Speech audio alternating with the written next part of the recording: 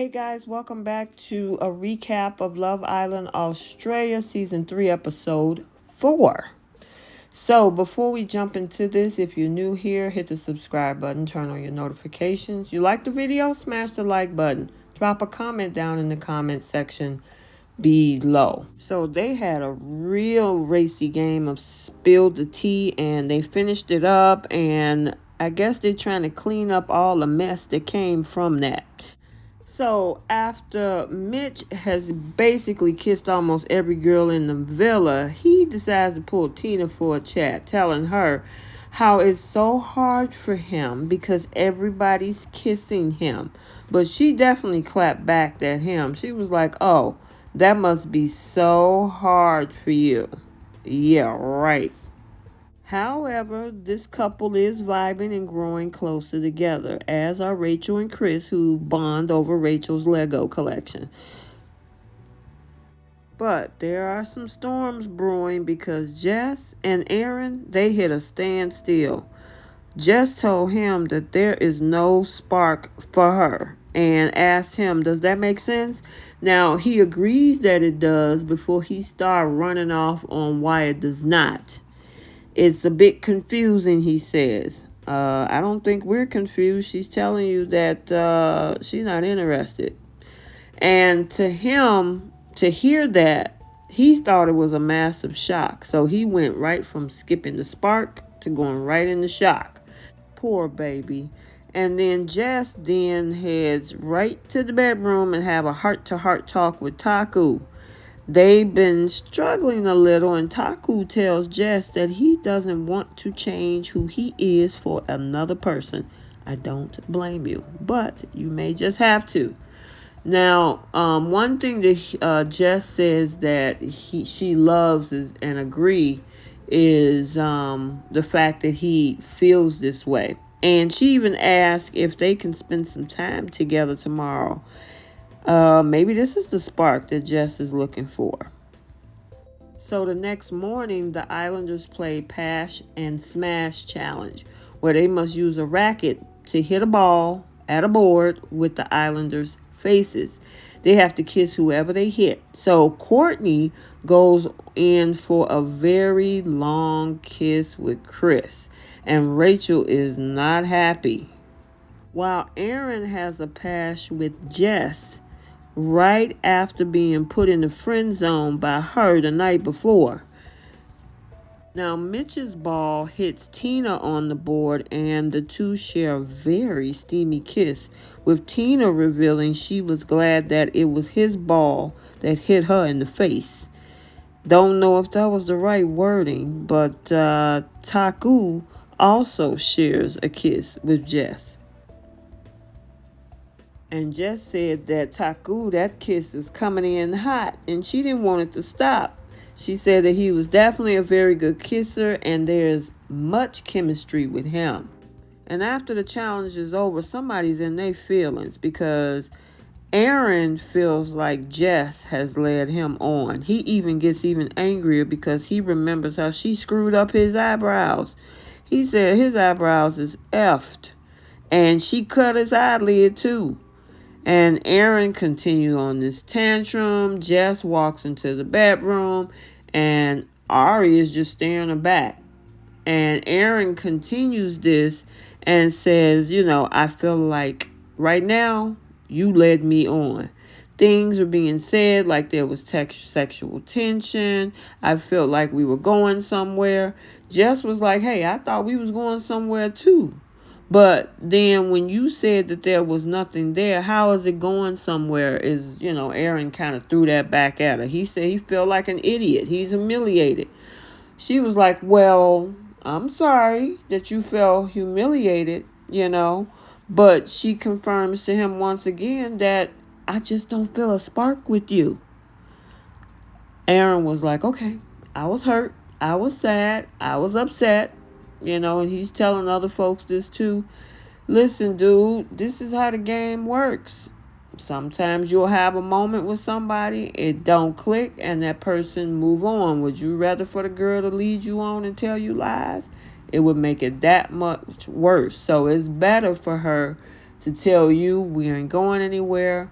so she can close that door and move on to somebody she has a connection with. So, on a lighter note, Chris and Rachel snuggled up on a daybed together and still talking about Harry Potter and Star Wars, which leads to them kissing under a sheet. And we're definitely reminded there are cameras everywhere as we still see a shot of them smooching. So there's even more hot romance going on because Taku plans a special surprise for Jess, giving Ari the task of getting her date ready without telling her that there's actually a date, while he puts together and prepared this little fruit platter for the both of them. So Jess is helping Ari, and Jess was like, well, what should I wear? Should I wear the dress I had on before? And she was like, nah, just wear something special. Especially with everything that Taku is setting up. So Ari delivers Jess straight to Taku on the daybed before disappearing to kind of peep and spy from afar. Now, with part one of this operation of success, there's a part two, being that Mitch and Chris deliver the fruit platter and it's all set in motion. And Aaron got jokes though. He was like, you guys take it out, I'll go bang and just flick it. And he was talking about flicking that platter out of their hands. Thankfully, Aaron, of course, doesn't follow through, but part two is a success. The fruit platter arrives, and Jess is extremely impressed by Taku's little date. And she's less impressed when Taku tries to feed her the strawberry and miss her mouth. Dude, I know you know how to put some fruit in somebody's mouth. But after talking, they started to share a kiss, and much to the excitement of the other girls watching on, it looks like Taku and Jess could actually end up to be an item.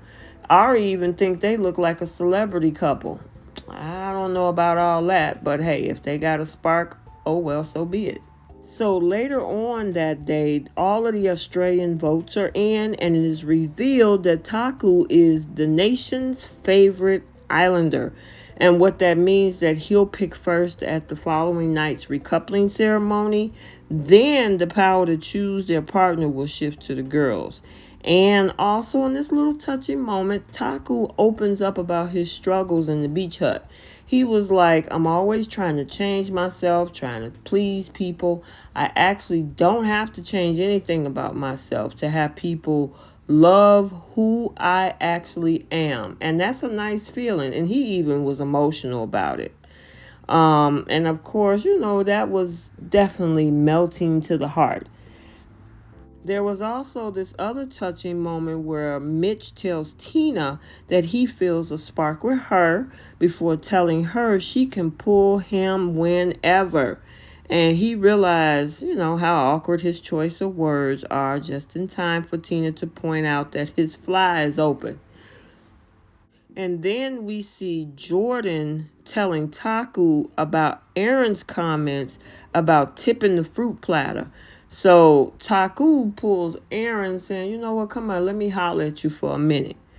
And he's like, oh, it's just a joke. It's just banter. Obviously I wasn't going to do that, Taku. It's just a laugh with the boys. Taku was like, okay, and was that really necessary? Well, Jess and I had our own issue, and yous went on a date, and I made that comment. I'm telling you right now, if you got an issue with it, then that's your issue, not mine. And that's Aaron throwing all that shade.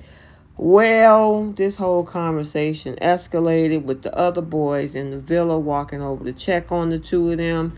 Kind of sensing it's not quite punch up level, they kind of back off.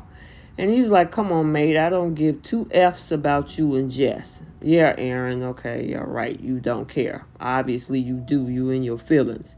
If Jess is going to like you, what can I do? I can't control that. I can only control me. If you want an apology, you ain't going to get one. And I mean, Taku was like, look, I'm just telling you, I ain't like it. I got respect for you, but that was a stupid comment. And it was. I mean, he trying to do something nice. You in your feelings, and then you going to go over there talking about I ought to go over there and flip and tip that. Yeah. Well, it gets worse. And, the pairs fell out in a short screaming match before Aaron just stormed off. So, I have a feeling that Aaron and Taku definitely won't be hanging out together anytime soon. But for now, looks like the winner in this whole situation is Taku, because he got voted to be the best Islander and he got Yo Girl. So, let me know what you guys think. This is the end of the recap video for episode 4. Sound off down in the comments. What do you think? I mean, he said he's not in his feelings, meaning Aaron, but his action shows otherwise.